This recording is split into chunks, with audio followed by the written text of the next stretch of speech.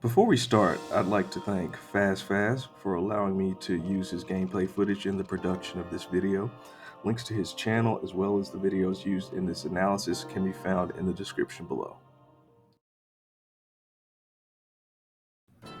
The Zelda series is no stranger to special armor sets.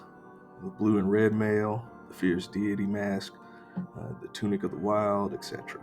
Absolute classics to be sure.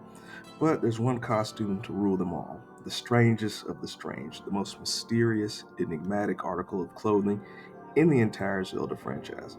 I'm talking about the ancient heroes aspect. Looking at this getup leaves me with a question. One simple question. Whose man is this? You get this freakish ensemble by completing all 152 shrines in Tears of the Kingdom, which is no small feat, but once fully upgraded, it's one of the best armors in the entire game. However, its description in the item menu places it leaps and bounds above its contemporaries.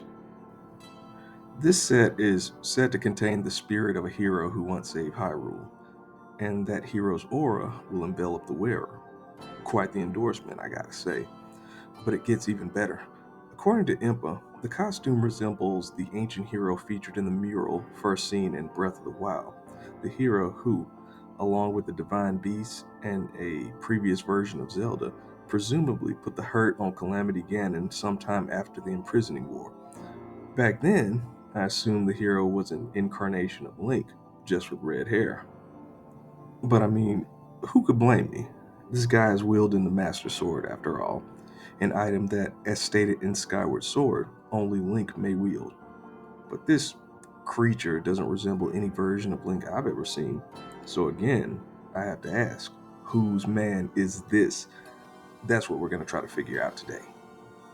Having played Zelda games since the 80s, I can confirm one thing, that lore-wise, Nintendo doesn't have the best track record when it comes to consistency.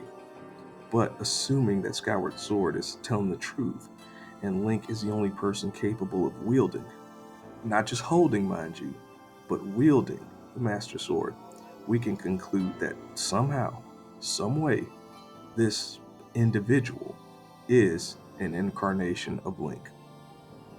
At first, I had trouble believing it, but when I thought about it, it kind of started to make sense. I mean, just look at all the versions of Link we've seen over the decades. They all look similar, sure, but they have their differences, different noses, hair colors, bills, etc. Who's to say that an incarnation of Link couldn't be a green, snub-nosed crime against nature? Who are we to judge? I know it's hard to swallow, but just work with me here, okay?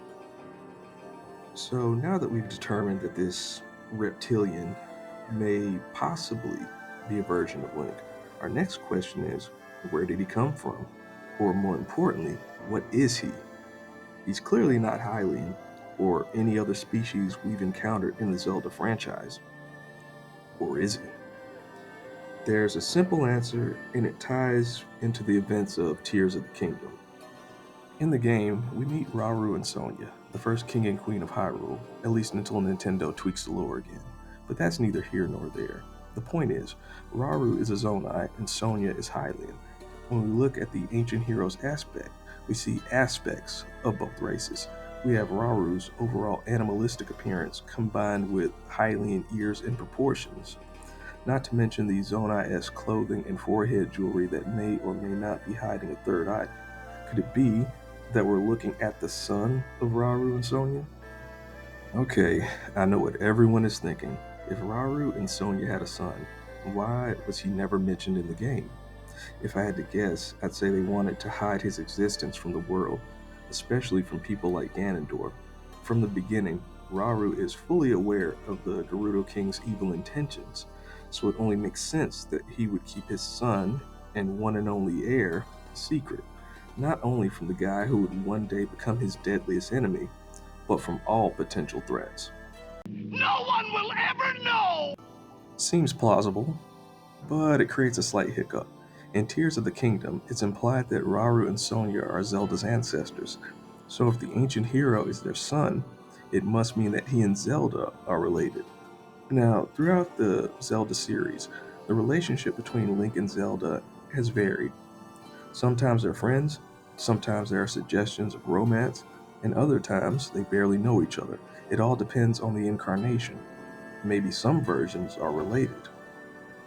But wait, I hear you say. The mural shows Zelda fighting alongside the ancient hero against Calamity Ganon. What's that about? Well, there are two possibilities. Either the Zelda we see is the daughter or granddaughter of the ancient hero, or this is another non familial Zelda. In Zelda 2, The Adventure of Link, Link is tasked with reviving a Zelda from an earlier time period, one that's wholly different from the one we rescued in the original Legend of Zelda, proving that multiple reincarnations of Hylia can exist simultaneously. Either explanation seems possible. At some point after defeating Calamity Ganon, the ancient hero presumably dies, and the spirit of the hero is reborn as a Hylian, giving us one of the many links we all know and love. But let us never forget the living nightmare fuel that once took up the Master Sword and drove back the Calamity, saving Hyrule and its inhabitants. The most unique version of Link we've seen thus far, the ancient hero. And I think that's where we'll end things. If you have any Zelda theories of your own about the ancient hero or anything else Zelda related, make sure to leave them in the comments section. And if you like this video, I sincerely hope you'll consider liking and subscribing. It really helps your boy out. Thank you so much for watching, and I'll see you all next time.